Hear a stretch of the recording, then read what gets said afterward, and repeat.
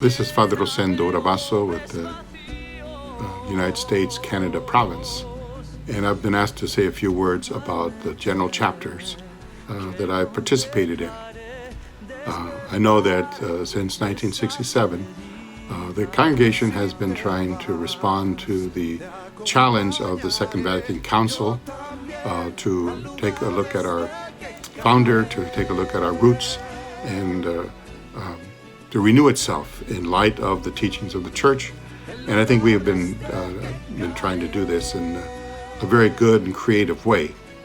My first chapter that I participated in as a delegate was in 1997, where there was a chapter, the 21st chapter, and the document that came out of that was Servants of the Word.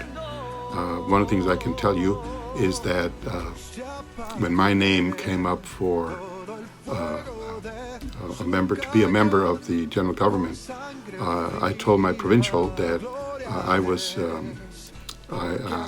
that my presence in the province was too important and that I should not accept. And my provincial told me that they would adjust. That I was not as essential as I thought I was.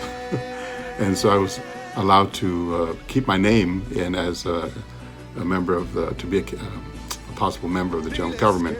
And I was elected for that. It was the first years in the government is a time of learning, and we are, you feel very inadequate because there's so much history that other people know, and that you're just trying to catch up all the time. And the first 6 years, I think, was spent just trying to get to know the congregation. And really was a good time for me. It was like a second novitiate to really fall in love with the Claretians once again. And I think this is one of the things that the chapter does for us. When I was a member of that chapter in '97, I was so amazed at the Claretians who came from all over the world to come together and talk about their issues and what was going on in their part of the world.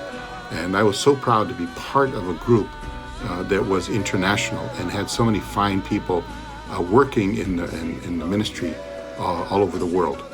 And so that was my first chapter. I was just in awe of the grandeur, the majesty of the congregation and the work that it does around the world.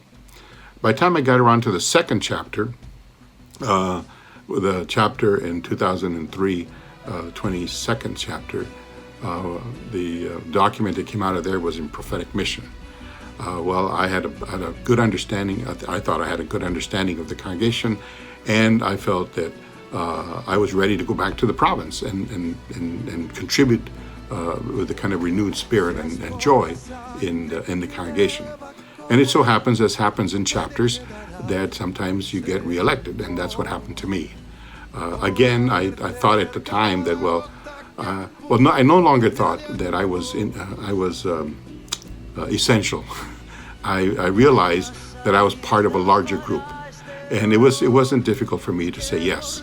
And with the encouragement of the provincial at that time, I said yes to a second term on the general government. And I felt like I had a certain maturity that I could make a contribution to the direction of the congregation. And this is what the chapter does. The chapter tries to give direction to the congregation, and then the general government tries to implement that direction as best as it can.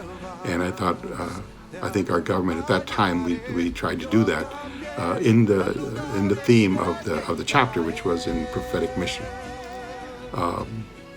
Then the next chapter came along in 2009, in the 23rd chapter, and that's where I realized that this, my time was up. I was in there 12 years, and it was time for me to move on. And one of the things I have learned over the years, there's two moments in the life of a missionary. The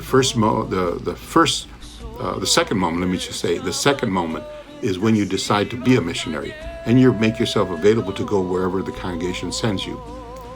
The first moment is when you know it's time to come home. And I think that every missionary sometimes has a tendency to say, well, gee, now that I know what I'm doing, maybe I should stay. But it is after a period of time, it is good to come home and put into practice and share what you've had with the rest of the province. And this is also what a chapter tries to do. We learn from one another, we share ideas, and then we try to bring some of that home to help us in our provinces that we have and where we're at. Then the last chapter I was in 2009, I guess my realization there was that not only are we not essential, not only that, but that there are many people who can do this work, and that we have to look for what is the best thing for the congregation. And it's no longer about ego, it's no longer about what I want, but what's going to be the best thing for the congregation. And that sometimes we don't decide that by ourselves. We do that in consultation with other people. And because of that, I also realized that it doesn't matter what role we play in the congregation. We all have a part to play. And the chapter shows that to us at that time, that the fraternity that is created, the communion that we share, and then there emerges a certain mysticism, a mystery of the Holy Spirit as it guides us along the way. I want to close by citing a reference from Father Bocos, Cardinal Bocos, in his book, A Tale of the Spirit. He says that we are called to walk with Jesus as consecrated religious. We are called to walk together, not alone, as a religious community. And we are called to walk into the future with hope.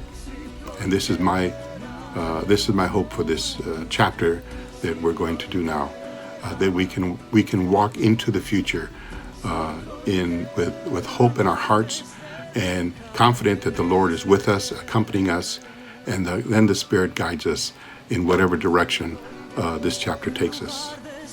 Thank you. I hope this is helpful.